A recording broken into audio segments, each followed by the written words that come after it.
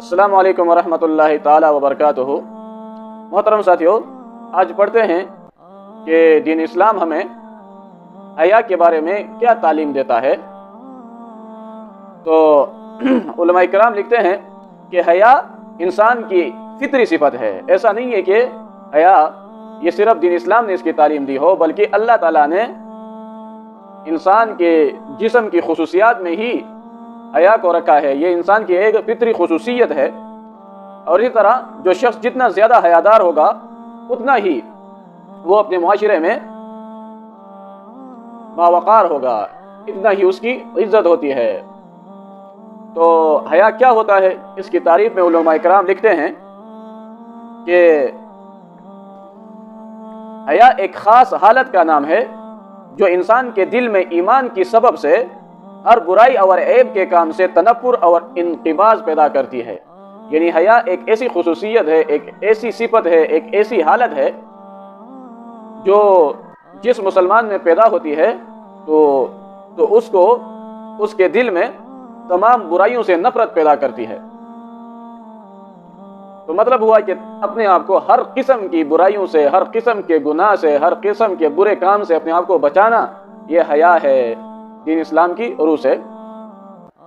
हया का दीन इस्लाम में क्या मुकाम है, तो उसके बारे में हुजूर सल्लल्लाहु अलैहि वसल्लम फरमाते हैं कि अल हयाउ शुअबतुम मिनल ईमान। हया ईमान का एक बड़ा हिस्सा है और अहम तरीन हिस्सा है। इसी तरह एक और रिवायत में हुजूर सल्लल्लाहु अलैहि वसल्लम फरमाते हैं अल हयाउ मिनल ईमान, हया तो ईमान में से है। और हया की फजीलत के बारे में हुजूर सल्लल्लाहु अलैहि वसल्लम फरमाते हैं कि अल हयाउ ला यअती इल्ला बिखैर व फी रिवायतिन अल हयाउ खैरुन कुल्लुहु, कि हया इंसान में नहीं आता मगर खैर के साथ, यानी ये भलाई ही लाता है। और एक रिवायत में है कि हया मुकम्मल भलाई ही है, यानी ये तमाम के तमाम खैर है। और एक हदीस में हुजूर सल्लल्लाहु अलैहि वसल्लम फरमाते हैं इन्न लिकुल्लि दीनिन खुलुकन, यकीनन हर दीन की एक अपनी आदत होती है। तो दीन इस्लाम की ये खास आदत क्या है, व खुलुकुल इस्लामी अल हया, और दीन इस्लाम की ये खास आदत वो हया है। यानी जिसमें जो जितना ज्यादा दीन इस्लाम का पाबंद होता है वो उतना हयादार होता है। और इसी तरह हुजूर सल्लल्लाहु अलैहि वसल्लम फरमाते हैं इन्नल हया वल ईमान कुरना जमीआ, कि हया और ईमान ये दोनों एक साथ रहते हैं, दोनों दोस्त हैं, दोनों एक साथ रहते हैं, साथी हैं। फ़इज़ा रुफ़िया अहदुहुमा रुफ़ियल आखर, जब इनमें से एक को उठा लिया जाता है तो दूसरा भी उठ जाता है। तो हया और ईमान दोनों एक दूसरे के साथ रहते हैं, यानी दोनों का एक दूसरे के साथ गहरा ताल्लुक है। इसी तरह हया की अहमियत भी हमने जान ली कि ये ईमान का हिस्सा है, और इसी तरह फजीलत भी जान ली कि ईमान की बड़ी फजीलत, हया की बहुत ज़्यादा फजीलत है। तो इसके बारे में, फजीलत के बारे में एक हदीस और बयान करता हूँ। हुजूर सल्लल्लाहु अलैहि वसल्लम फरमाते हैं अल हयाउ मिनल ईमानी, हया ये ईमान में से है, यानी ईमान का हिस्सा है। वल ईमानु फिल जन्नती, और ईमानदार बंदा वो जन्नती है, वो जन्नत में है, यानी वो जन्नत जाएगा, वो जन्नत का हकदार होगा। वल वज़ाउ मिनल हफ़ाइ वल हफ़ाउ फिन नार, और बेहयाई ये गुनाह है, और गुनाहगार इंसान कहाँ जाता है, तो वो फिर जहन्नम का हकदार बन जाता है। तिरमिज़ी शरीफ की ये रिवायत है। इसी तरह हुज़ूर सल्लल्लाहु अलैहि वसल्लम एक दूसरी हदीस में फरमाते हैं कि बेहयाई जब भी किसी में होती है तो वो उसको ऐबदार बना देती है। और हया की ये सिफत ये जिसमें पैदा होती है तो उसको मज़ीद मुज़य्यन और ख़ूबसूरत बना देती है। तो हया की अहमियत भी बयान हुई और हया की फजीलत भी। अभी सिर्फ ये बयान करता हूँ कि हया का मुस्तहक़ कौन है, वो भी हदीस से एक बेहतरीन हदीस है। तो जिसमें हुज़ूर सल्लल्लाहु अलैहि वसल्लम ने ये बयान किया है कि हया का मुस्तहक़ कौन है, और इसी तरह सही हकीकी हया जिस तरह हया करने का हक है اس طرح حیا ہم کس طرح کر سکتے ہیں اور وہ کیا ہے، یہ بھی اس میں بیان ہے۔ اور اسی طرح ہم آئندہ معاشرے کی برائیوں پر، جو مختلف قسم کی برائیاں ہیں، اس پر بحث کریں گے قرآن اور حدیث کی روشنی میں، تو وہ سب اس حدیث کی تشریح میں آتا ہے۔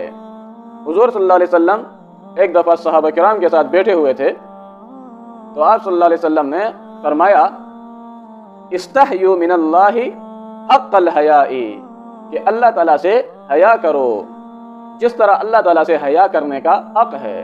تو صحابہ کرام نے حضور صلی اللہ علیہ وسلم کو بتایا کہ اے اللہ کے رسول، ہم تو اللہ تعالیٰ سے حیا کرتے ہیں، والحمدللہ، اللہ تعالیٰ کا شکر ہے، ہم اللہ تعالیٰ سے حیا کرتے ہیں۔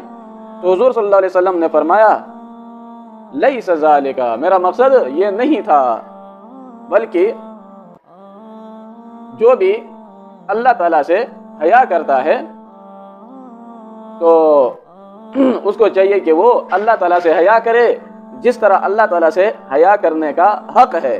اور اللہ تعالیٰ سے حیا کرنے کا حق یہ ہے، اللہ تعالیٰ سے صحیح اچھی طرح حیا کرنے کا حق یہ ہے کہ بندہ فَلْيَحْفَظِ الرَّأْسَ وَمَا وَعَى، اپنے سر کی حفاظت کرے اور جو اعضاء سر نے گھیر رکھے ہیں، جو اعضاء سر نے گھیرے ہوئے ہیں، ان کی بھی حفاظت کرے، یعنی سر کی حفاظت، سر کسی اللہ کے علاوہ کسی اور کے سامنے نہ جھکائے، شرک نہ کرے، اسی طرح تکبر بھی نہ کرے، کیونکہ تکبر انسان سوچتا ہے اپنے آپ کو بڑا سمجھتا ہے اور دوسروں کو چھوٹا، تو یہ بھی انسان دماغ سے سوچتا ہے اور یہ بھی سر میں ہی ہے۔ اسی طرح ریاکاری نہ کرے، تو ریاکاری کا خیال بھی انسان کے دماغ میں ہی آتا ہے۔ اسی طرح جو اعضاء سر نے گھیرے ہوئے ہیں، یعنی آنکھیں، زبان، کان، منہ، ان سب کی بھی حفاظت کرے۔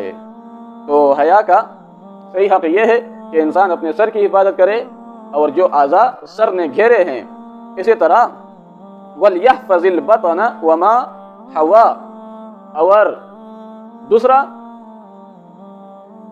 صحیح حیا کرنے کا دوسرا حق یہ ہے کہ انسان اپنے پیٹ کی حفاظت کرے اور جو اس کے ساتھ لگا ہوا ہے، یعنی اپنے پیٹ میں حرام مال نہ ڈالے، یہ خیال کرے کہ میں جو کھاتا ہوں یہ حرام کمائی کا کھاتا ہوں یا حلال کا، اور جو پیٹ کے ساتھ لگا ہوا ہے وہ کیا ہے، تو وہ پیٹ کے بعد نیچے وہ شرمگاہ ہی آتی ہے، تو اپنی شرمگاہ کی بھی حفاظت کرے۔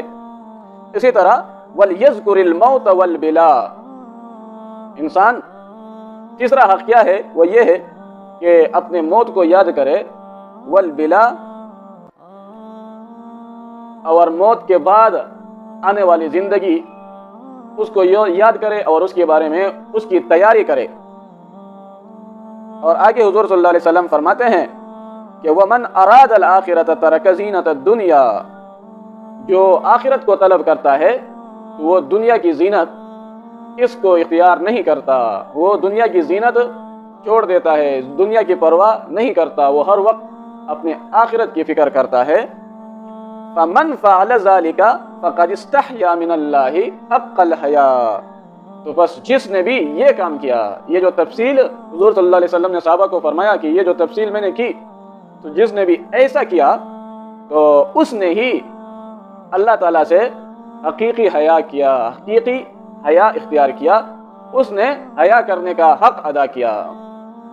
تو یہ ہے حیا، اور حیا کا اصلی مستحق وہ اللہ تعالیٰ ہے۔